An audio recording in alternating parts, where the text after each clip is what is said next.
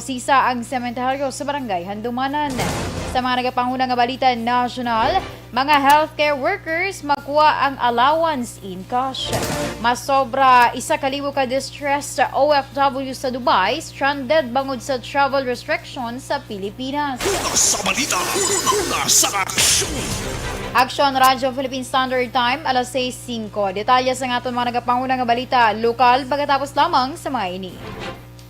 Dr. Pinoy Squalin.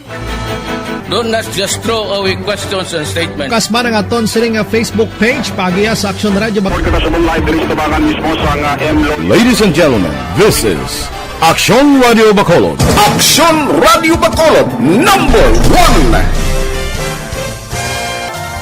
Nagpanguna ang Action Radio Bacolod sa pinakaulihing survey sang Nielsen nga kakuha sang commanding radio station share para sa fourth quarter sang tuig 2020. Kami nagapasalamat sa aton mga kaaksyon sa padayon nga pagsalig kag pagsuporta. DYEZ Action Radio Bacolod #1 with 40.10% radio station share. Number 2, Bombo Radio, 38.70%. Number 3, RMN Bacolod, 14.50%. Action Radio Bacolod #1. During this crisis, the result of the survey proves that Action Radio Bacolod serves the public best and will continue to give you the best broadcasting activities. Madamo nga salamat mga kaaksyon for making us #1. Action Radio Bacolod #1. Do not just throw away questions and statements. Kasma ng aton sining Facebook page pagiya sa Action Radio. Ladies and gentlemen, this is Action Radio Bacolod. Action Radio Bacolod #1. Nagpanguna ang Action Radio Bacolod sa pinakaulihing survey sang Nielsen nga kakuha sang commanding radio station share para sa fourth quarter sang tuig 2020. Kami nagapasalamat sa aton mga kaaksyon sa padayon nga pagsalig kag pagsuporta. DYEZ Action Radio Bacolod #1 with 40.10% radio station share. Number 2, Bombo Radio, 38.70%. Number 3, RMN Bacolod, 14.50%. Action Radio Bacolod #1. During this crisis, the result of the survey proves that Action Radio Bacolod serves the public best and will continue to give you the best broadcasting activities. Madamo nga salamat mga kaaksyon for making us #1. Action Radio Bacolod #1.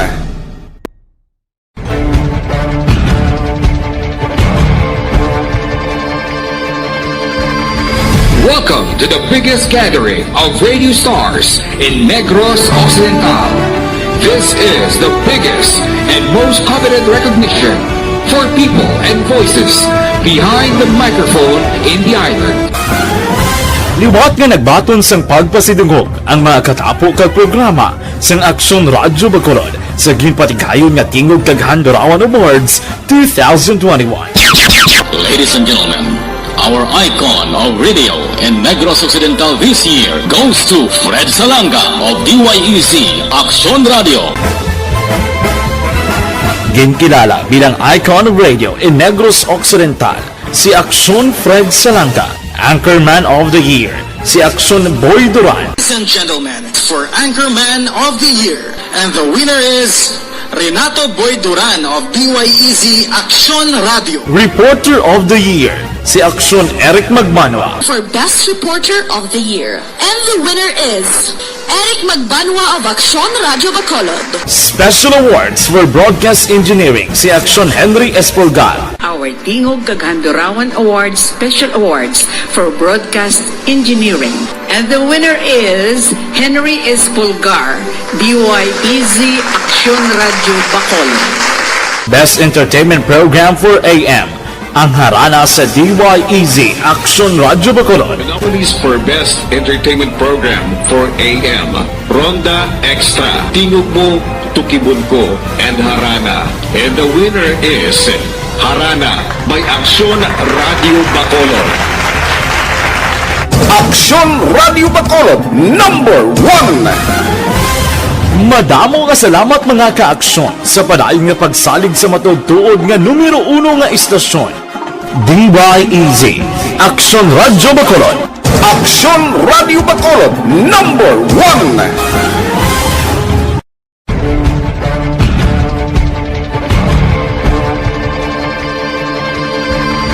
Welcome to the biggest gathering of radio stars in Negros Occidental. This is the biggest and most coveted recognition for people and voices behind the microphone in the island.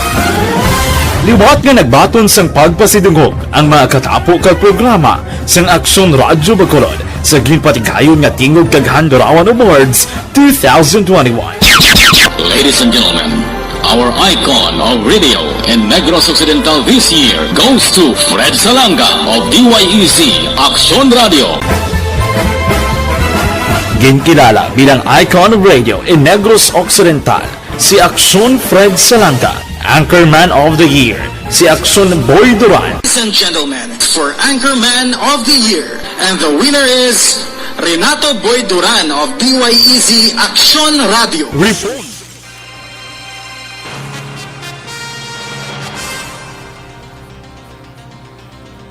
Kagaron sa detalye sa ngaton mga nagapanguna nga balita lokal, gina-prepare sa karon sang DSSD Bacolod ang financial assistance nga ihatag sa 18 ka pamilya nga naapektuhan sang sunog kahapon sang aga sa Purok Riverside Zone 2 sa Barangay Bata Syudad sa Bacolod. Ginpahayag ni DSSD Head o kuna DSSD Bacolod Head Pasita Tero, 16 kawalay ang naapektuhan sang sunog. Dugang panitero, naghatag ang syudad sang food packs, tents, sleeping kits kag hygiene kits sa 18 ka pamilya. Samtang ginbisitahan naman ni Bacolod City Mayor Evelio Nardia ang mga nasunugan sa adlaw nga natabo ang insidente sang sunog. Natalana nga ipacheck ni Vice Mayor Elcid Familiaran ang statistics sa Handumanan Public Cemetery matapos nakabaton sa report nga may ginalubong kun gabi. Suno kay Familiaran, ginamonitor na sa GSO head kag ginausisa basiman sa report sang watchman sang sementeryo. Dugang pa ni Familiaran, delikado ini bangod wala mahibaluan kung base positibo sa COVID-19 kung posible o kung kag posible gabi ginalubong bangod may mga sementeryo nga nagapangabay sang RT-PCR swab test result kag kung wala inubong o kung i-cremate sa sulod sa 24 oras. Parayag pa ni Familiaran, madamo sa gihapon sa mga pumuluyo nga wala nagapat-check up sa pihak nga may mga sintomas sang COVID-19 kag ginahulat pa nga maglala na ang ila sitwasyon o kung madamo na sila sa may nalatnan. Sa karon, 197 na ang timo kaso sang COVID-19 sa syudad sang Bacolod. Sa kaangot nga balita, ginako naman ni Nestor Hinolos ang caretaker sang Handumanan Public Cemetery kamay nagapalubong gidman sa mga sementeryo sa tion sa gagabihon sa pag-umpisa sang COVID-19 pandemic. Suno kay Hinolos, sa tuyo nga hindi na maglaton pa ang COVID-19, wala sang ikasarang ini nga magbalabag sa pagpalubong sa mga pasyente nga nagkalamatay bangod sa virus. Dugang pa ni Hinolos, may masobra 200 ka mga pansyon nga ginapahimo ang syudad para kuntani para sa mga pigado nga mga Bacolod noon apang naubos bangod diri na ginapalubong ang mga nagkalamatay sa COVID-19. Hapon, gabi, magtagla city na, alas 6 media na. Off mo na sir. Pawait, wait ko dyan mahimo, sir. Balik ka na naman. Balik. Kung kabalo kung may COVID, kaya kung kisa nga, bigay panawag na sa akon, hindi ko magdulhog ulaton ko gid. Ang kabahin sa pagpahayag ni Nestor Hinolos. Sa iban nga balita, lokal, plano ni Executive Assistant kag CDRMO Cluster Head John Mari Vargas nga mag-request sang dugang nga mga personnel nga iga-assign sa medical team nga mo nagatrabaho para sa extraction sa mga persona nga nagapositibo sa COVID-19. Suno kay Vargas, halos wala na sang pahuway ang mga personnel nga sa masami nagakaagahan sila trabaho gani mas labing maayo nga kun mayara sa nga magabulos sa tion nga ini sila magpahuway. Dugang pa ni Vargas, madamo man kun tani sa mga job order casual nga gina-assign sa tatapan. Apang ang problema kay kalabanan sini sa ila ang wala sang background sa medikal nga trabaho.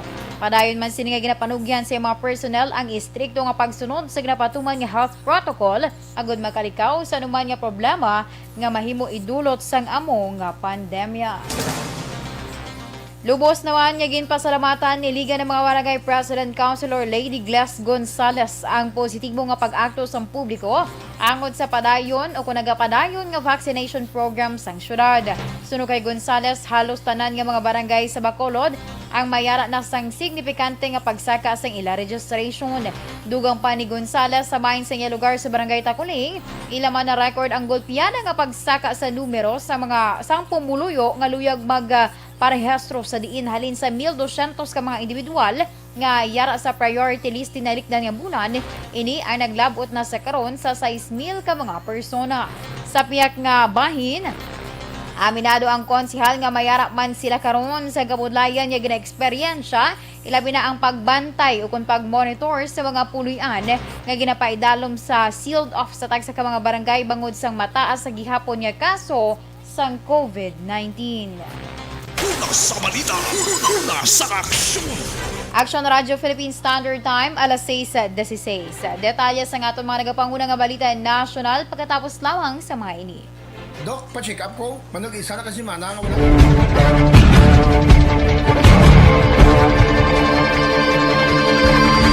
Welcome to the biggest gathering of radio stars in Negros Occidental. This is the biggest and most coveted recognition for people and voices behind the microphone in the island. Liwat nga nagbaton sang pagpasidungog ang mga katapo kag programa sang Aksyon Radyo Bacolod sa ginpatigayon nga tingog kag Handorawan Awards 2021. Ladies and gentlemen, our icon of radio in Negros Occidental this year goes to Fred Salanga of DYEZ Aksyon Radio. Ginkilala bilang icon of radio in Negros Occidental, si Aksyon Fred Salanga. Anchorman of the Year, si Aksyon Boy Duran. Ladies and gentlemen, for Anchorman of the Year, and the winner is Renato Boy Duran of DYEZ Aksyon Radio. Reporter of the Year, si Aksyon Eric Magmanwa. For Best Reporter of the Year. And the winner is Eric Magbanwa of Aksyon Radio Bacolod. Special Awards for Broadcast Engineering, si Aksyon Henry Espolgar. Our Tingog kag Handorawan Awards Special Awards for Broadcast Engineering. And the winner is Henry Espolgar, DYEZ Aksyon Radio Bacolod. Best Entertainment Program for AM, ang harana sa DYEZ Aksyon Radio Bacolod. The nominees for Best Entertainment Program for AM, Ronda Extra, Tingog Mo, Tukibon Ko, and Harana. And the winner is Harana by Aksyon Radio Bacolod. Aksyon Radio Bacolod, #1. Madamo nga salamat mga ka-aksyon sa padayon nga pagsalig sa matudtuod nga numero 1 nga istasyon. DYEZ Aksyon Radio Bacolod. Aksyon Radio Bacolod, #1.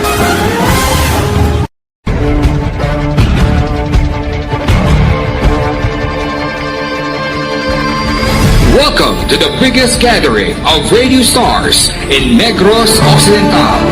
This is the biggest and most coveted recognition for people and voices behind the microphone in the island. Liwat nga nagbaton sang pagpasidungog ang mga katapo kag programa sang Aksyon Radyo Bacolod sa ginpatigayon nga tingog kag Handorawan Awards 2021. Ladies and gentlemen, our icon of radio in Negros Occidental this year goes to Fred Salanga of DYEZ Aksyon Radio.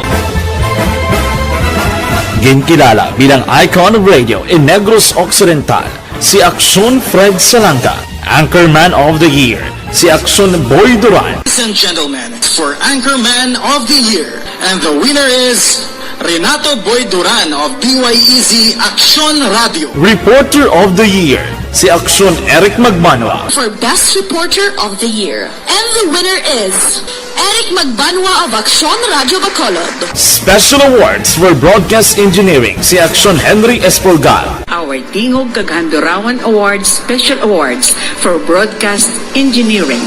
And the winner is Henry Espulgar, DYEZ Aksyon Radio Bacolod. Best entertainment program for AM.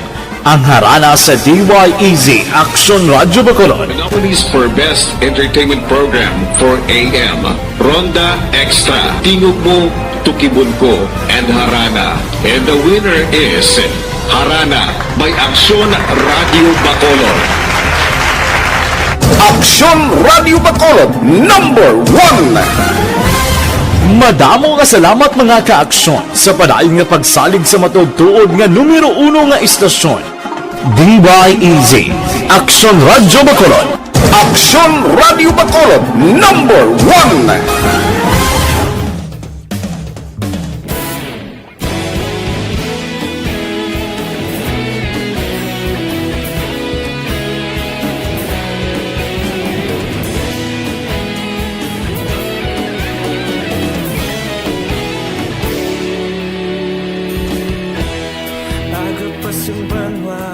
Mabugnaw nga hangin nagadapya na ikaw nang ginapamati ang lamon ginasandigan tingog sang probinsya. Kagkaroon sa detalye sa aton mga nagapangunang nga balita national, kumpiyansa sa karon ng Department of Energy nga ang magamay nga supply sa kuryente nga nagresulta sa rotational brownouts ang magaayo matapos nga nagpromisa ang stakeholders nga sundo ng pulisa nga gintalana sa DOE. Sunod kay Undersecretary Felix William Pontebella, dako nga bagay ang kooperasyon sa mga stakeholders para sa maayo nga supply sa kuryente. Subungan, ginpahayag ni Pontebella nga ang manipis nga supply sa kuryente sa nakaligad nga mga simana ang nasolusyonan kung mayara sang reserba sa panahon sa peak hours. Palayag pa ni Pontebella ang nag-umpisa ang issue sa power supply sa may pila ka mga stakeholders ang wala nagasurod sa pulisa nga ginplastar sa DOE o kung DOE pareho sa nga 2018 nga competitive selection process para sa mga suppliers, ancillary services sang 2019 kag grid operation policy sang 2020.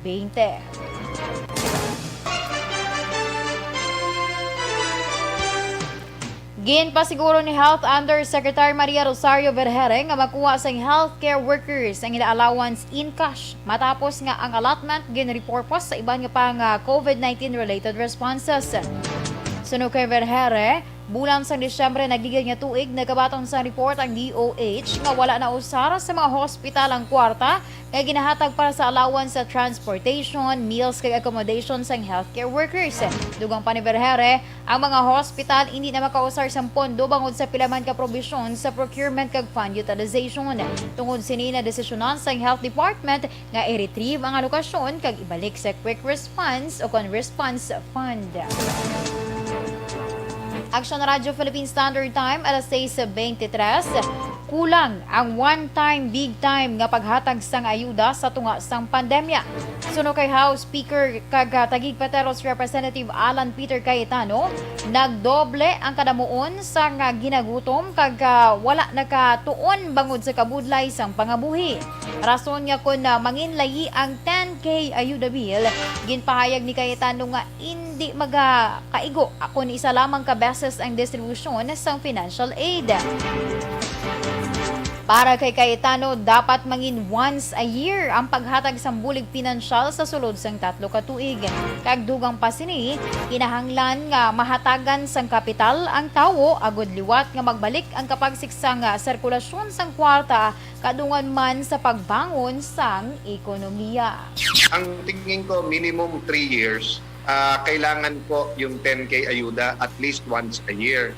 Kasi kailangan mo paikot ng pera sa bawat lugar sa buong Pilipinas at kailangan may konting puhunan sa bulsa ng pamilyang Pilipino. Ang katunayan nito yung 4Ps. Bakit tayo may 100 billion for 4Ps every year? Kasi po naiiwanan yung pinakamahirap. Pero ngayon po dumoble ang mga nagugutom, dumoble po yung hindi nakakapag-aral kasi nga hindi makahabol, walang internet, kaya yung modules nahihirapan, timagulang, no?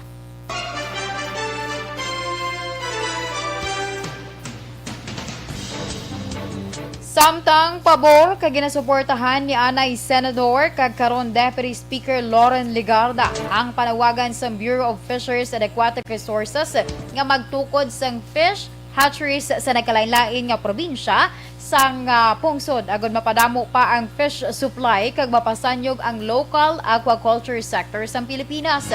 Bilang tiglawas sa probinsya sang Antique, ginpahayag ni Legarda nga dako ang kinahanglan nga bulig halin sa gobyerno nasyonal para sa mga mangingista kag mga negosyo nga may labot sa fisheries kag aquaculture. Paagi sa pagtukod sa mga hatchery, maamligan ang mga itlog sing isda agud mapadamo pa ang nagkalain-lain nga sahi sini. 15 halin sa 18 ka banwa sang Antique ang mga coastal municipalities rason nga madamo nga pamilya kag pangabuhian ang nagasalig sa fisheries kag aquaculture sectors sa probinsya. Una sa balita, una sa aksyon.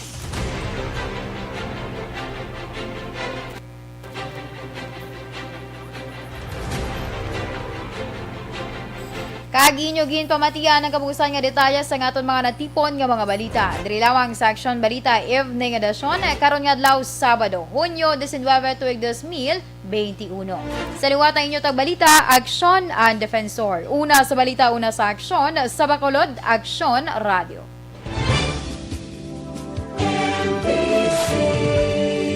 Manila Broadcasting Company. Sa balita, komentaryo, issue, serbisyo publiko. Aksyon Radio. Sa Bacolod, Aksyon Radio. Aksyon Radio.